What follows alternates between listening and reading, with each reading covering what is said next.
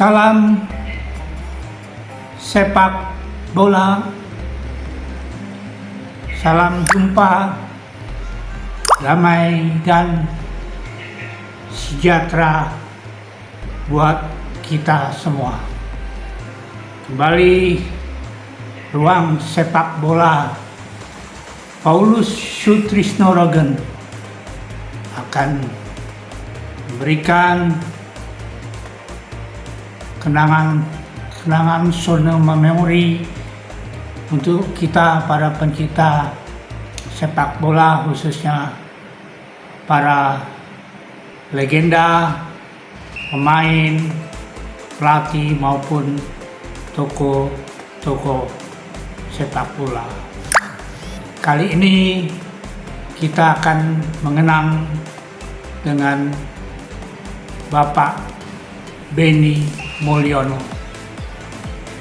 Beliau adalah pemilik atau owner dari PT Warna Agung, sekaligus juga membina sepak bola, khususnya klub Warna Agung Football Club yang beliau dirikan di tahun 1976.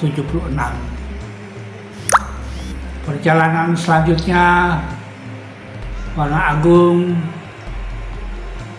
juga sebagai pembina dengan klub UMS, Union Max Strength, yang dilatih oleh Dr. Gigi Endang Witarsa.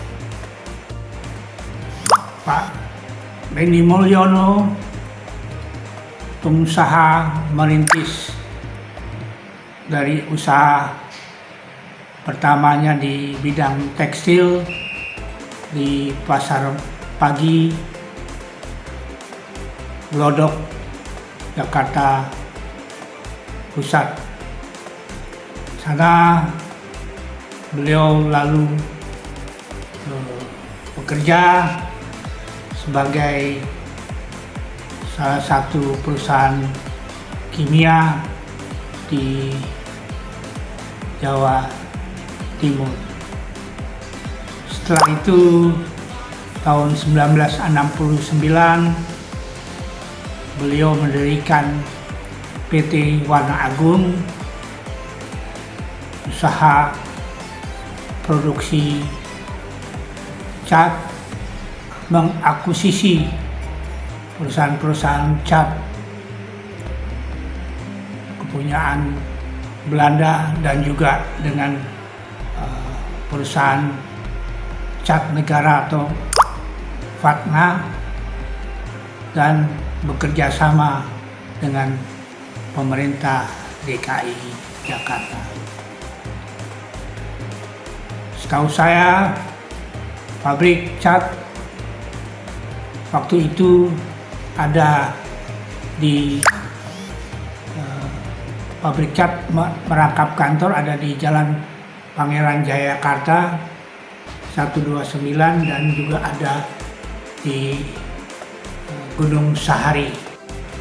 Pada tahun 1971 beliau mendirikan klub Warna Agung yang cikal bakalnya dari para karyawannya sendiri, yang dalam hal ini karyawan bekerja dari jam 8 sampai jam 15 sore. Setelah itu mereka berlatih sepak bola.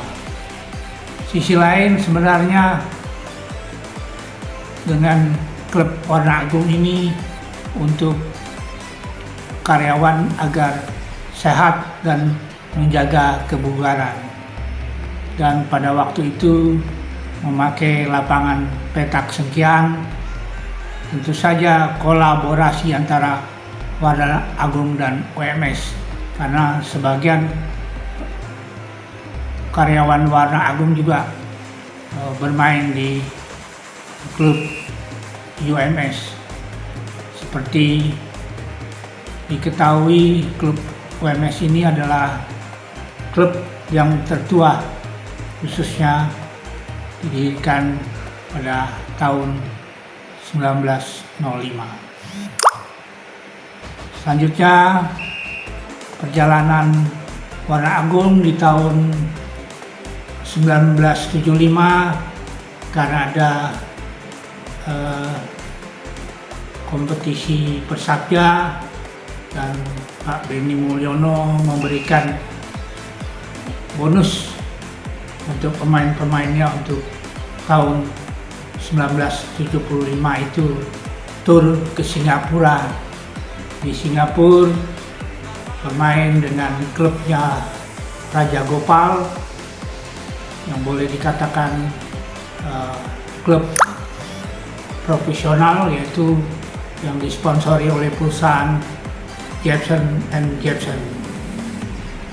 Dan juga pada waktu itu Warna Agung boleh dikatakan melibas tim nasional Singapura maupun klub Jepson & Jepson.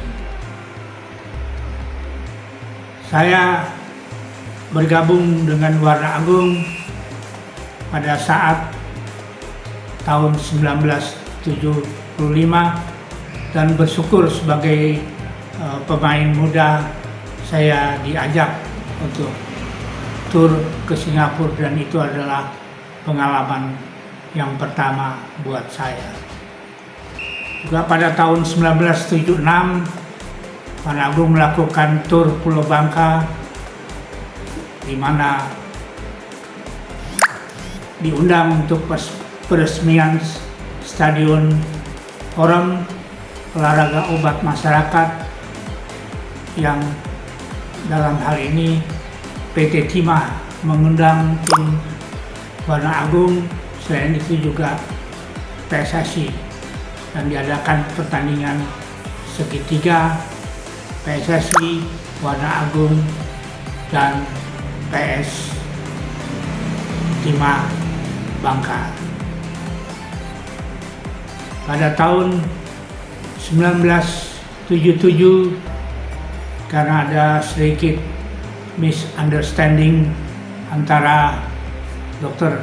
Endang Witarsa sebagai coach dengan Pak Benny Mulyono, maka dokter hanya berkonsentrasi di UMS. Sedangkan sisi lain, Warna Agung juga ada asisten coach, yaitu Andreas Komala, yang juga mantan pemain Persija angkatannya Tekpon dan Reni Salaki. Benny Mulyono mendatangkan coach Franz Jo dari PSM Makassar, mantan pemain nasional, dan juga PSM Makassar angkatannya Ramang, Suwardi Alan, dan Nur Salam. Akhirnya pada tahun 1979, karena terbentuknya kompetisi semi profesional Indonesia yaitu Galatama, maka Dr. Endang kembali ke Warna Agung untuk menangani. Dan tentu saja ada beberapa pemain yang bergabung, karena sebelumnya ada pemain-pemain Tinus Heipon, Budi Ripa, Sunardi Rostiana, Marceli Tambayong, John Lesnusa, Udin Rosidin, serta kiper Ian Sunaria. Dan saya di situ juga termasuk pemain muda bersama-sama dengan Denny Pasla, Endang Darmatin, Khotib Imam, ada Victor Turangan, Kiki, ada Victor Nainggolan, Justin Shimamura, John Lesnusa, serta pemain-pemain yang sebagai karyawan Warna Agung tapi tidak tinggal di mes, seperti Purwadi, ya, Mas Kristianto, Firmansa, Sungkiat, Edi, Frans Muhede, dan tentu saja dengan adanya Galatama, beberapa pemain dari Papua seperti Jamie Vitters, kiper, Timo Kapisa, untuk memperkuat Warna Agung.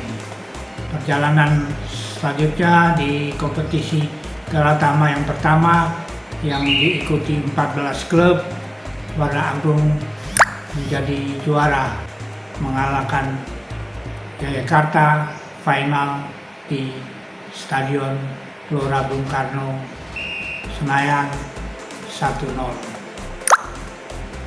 Jadi 3 besar untuk Galatama pada waktu itu: Warna Agung juara 1, kedua Jayakarta, ketiga Indonesia Muda, keempat Niak Mitra.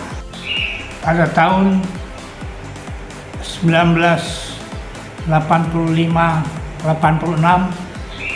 dalam rangka persiapan pra Piala Dunia babak penyisihan zona Asia Timur, PSSI yang diketuai oleh Ali Sadikin menunjuk Pak Benny Mulyono sebagai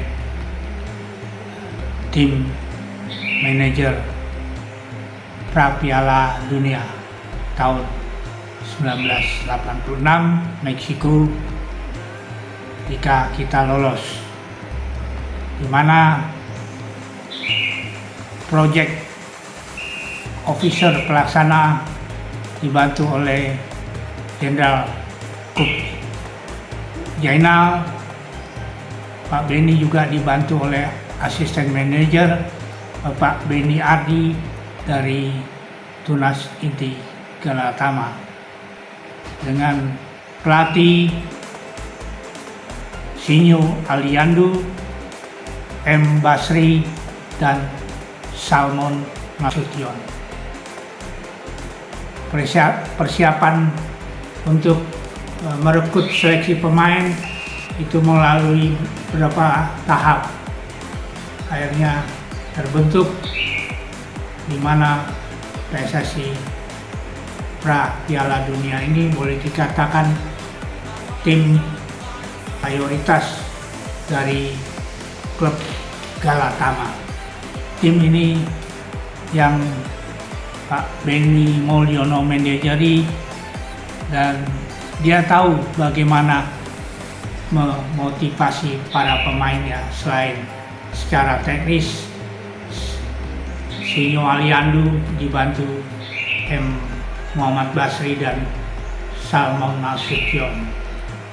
Benny Mulyono memang boleh dikatakan super dan seorang yang relationship dan mau membaur kepada pemain-pemainnya. Juga ini dia lakukan bukan saja di Warna Agung, tetapi juga pada waktu sebagai manajer timnas pra Piala Dunia. Dia bahkan di Warna Agung setiap hari Minggu bersama keluarga, khususnya istri dan 3 anak, yang selalu hadir setiap hari Minggu ke mes Warna Agung untuk silaturahmi maupun melakukan permainan-permainan seperti tenis meja maupun karambol. Pak Benny juga sering mengajak para pemain itu ke rumahnya yang waktu itu di Jalan Sungai Sambas, Kebayoran Baru, untuk sama-sama misalnya makan bersama, dinner, dan tentu saja beliau kadang-kadang bisa memasak sendiri, dan ini pun dia lakukan pada waktu sebagai tim manager. Dan ada salah satu pemain dari timnas Prapelia Piala Dunia sangat respect Pak Benny Mulyono bisa menjamu makan malam dengan masakan sendiri, dan memang Benny Mulyono ini juga mempunyai hobi memasak. Dengan pendekatan kepada pemain, satu persatu terbentuklah tim yang solid. Di Warna Agung, Pak Benny Mulyono sangat memperhatikan fasilitas dan kebutuhan baik karyawan maupun pemain, terutama karyawan yang merangkap sebagai pemain sepak bola. Ada beberapa pemain yang masih remaja dan masih bersekolah di SMA. Pak Benny Mulyono support, seperti Marceli Tambayong, Ruli Nere, Khotib Imam, dan saya sendiri, Paulus Rogen. Dan untuk pelatih di kemudian hari, Pak Benny juga mengirim Salmon Nasution untuk berguru ke Inggris dan Jerman Barat, dan kemudian juga Roni Patinasarani. Memang Pak Benny menganjurkan supaya kita tetap harus belajar untuk tentu saja mengikuti era kemajuan zaman, baik secara tenis, karena untuk fisik pemain bola Dr. Gigi Endang Witasa selain berlatih di lapangan petak sekian melalui game, juga melakukan latihan fisik di Bukit Senayan dan juga di pasir di pantai Binaria Ancol pada waktu itu. Dan kita masalah fisik boleh dikatakan Dr. Endang telah bentuk latihan yang dilakukan oleh atlet-atlet seperti Leliana Chandra Wijaya yang juga merupakan asisten. Seiring prestasi yang dicapai Warna Agung di tahun 79, 80-an, dan 90-an, pemasaran tentu saja melebar sehingga Warna Agung membuka cabang-cabangnya baik di Semarang maupun di Surabaya. Dan memang sesuai motonya, mewarnai Nusantara. Dan itu adalah moto yang sampai dipakai pada generasi dari anaknya Willy Mulyono dan Lani Mulyono. Sayang tahun 2020 Willy Mulyono dipanggil Tuhan Yang Maha Kuasa dan ada sedikit kevakuman untuk kegiatan Warna Agung. Tentu saja Marceli Tambayong, Mas Ristianto Budi Ripa menangani Warna Agung All Star untuk menjaga kebugaran dan reuni dan saling bersilaturahmi. Flashback sejak menangani dalam hal ini sebagai manajer tim pra Piala Dunia 1986, Pak Benny Mulyono juga melakukan pendekatan kepada para wartawan, di mana sering berdiskusi dan juga dia memperhatikan kebutuhan untuk wartawan untuk meliput, karena pada waktu zona Asia Timur para wartawan diikutkan ke India, ke Dhaka, Pakistan, maupun ke Thailand, ataupun terakhir ke Korea Selatan. Dan tentu saja beliau menyiapkan, boleh dikatakan tanda kutip, uang saku untuk kebutuhan para wartawan tersebut. Sisi lain juga, sebelum pembentukan tim ini, Sinyo Aliando sebagai coach itu juga meminta masukan-masukan dari para wartawan untuk pemain-pemain yang dipilih. Pada saat itu boleh dikatakan wartawan yang sering meliput di Senayan diminta pendapat dan masukannya, dan dalam hal ini Sekjen Nugraha Beksus juga terlibat dalam hal ini, karena kritikan-kritikan yang sangat membangun diperlukan timnas Indonesia yang dalam hal ini bisa mengalahkan Thailand, bisa mengalahkan India maupun Bangladesh, baik di sistem home and away. Catatan saya, kita menang dengan Thailand 2 kali, 1-0, 1-0. Dengan India kita menang 2-1 dan seri 1-1, serta dengan Bangladesh kita menang 2-0 dan kalah 1-2.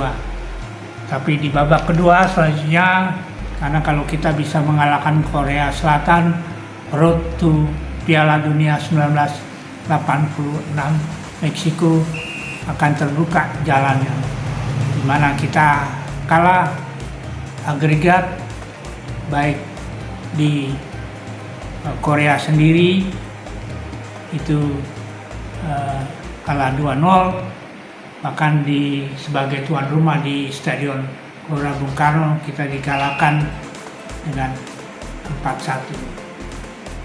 Dengan pemain-pemain boleh dikatakan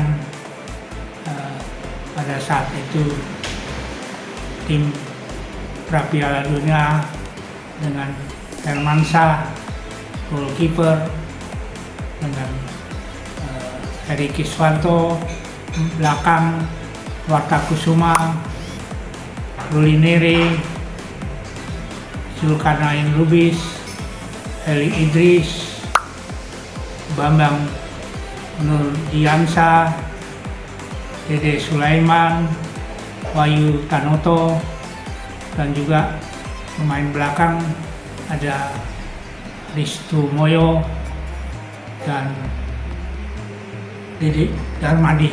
Boleh dikatakan tim tengah kita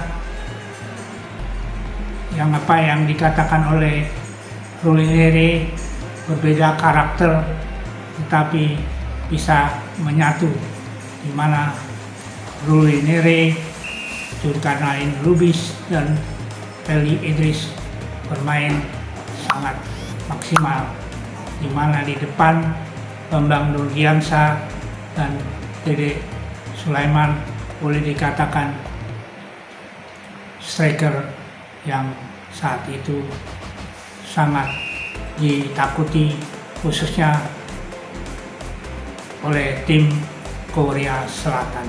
Akhirnya last but not least, kita harapkan tentu saja untuk Pak Benny Mulyono, rest in peace, dan kita tetap mengenang sepak bola khususnya Warna Agung yang merupakan pioner sepak bola semi profesional Indonesia Galatama. Walaupun tahun 1995 sebelum beliau wafat, Warna Agung pun bergabung merger dengan Persatuan Sepak Bola Serang, dan juga Warna Agung pernah home base di Bengkulu, di mana Dr. Endang Mutasa pun masih terlibat. Di kemudian hari muncul pemain-pemain muda seperti Widodo Cahyo saat ini melatih beberapa klub, Bali United, Persita Tangerang, dan terakhir Bayangkara Football Club. Semoga jasa dan kenangan kita dengan Pak Benny Mulyono merupakan kenangan dan sejarah agar generasi muda kita mengetahui bahwa dengan sepak bola memang memerlukan suatu proses yang tidak bisa begitu instan mendatangkan suatu prestasi. Jatuh bangun di dunia sepak bola adalah suatu pengalaman yang harus kita pelajari, yang baik kita ambil, yang ada kesalahan kita tinggalkan sehingga kita menjadi the best club. Begitu juga dengan prestasi sepak bola saat ini yang tentu saja sepak bola akan menjadi suatu industri. PSSI dapat mengelolanya sesuai dengan program transformasi dan reformasi sepak bola di Indonesia, di mana klub-klub Liga 1, Liga 2, dan Liga 3 tetap harus eksis, karena sampai saat ini dari beberapa klub yang mengikuti kompetisi di Indonesia, banyak klub yang boleh dikatakan tinggal nama. Tetapi kita jangan melupakan perjalanan sepak bola Indonesia, karena sepak bola tidak akan mati selamanya. God bless. Tuhan memberkati kita semua. Amin.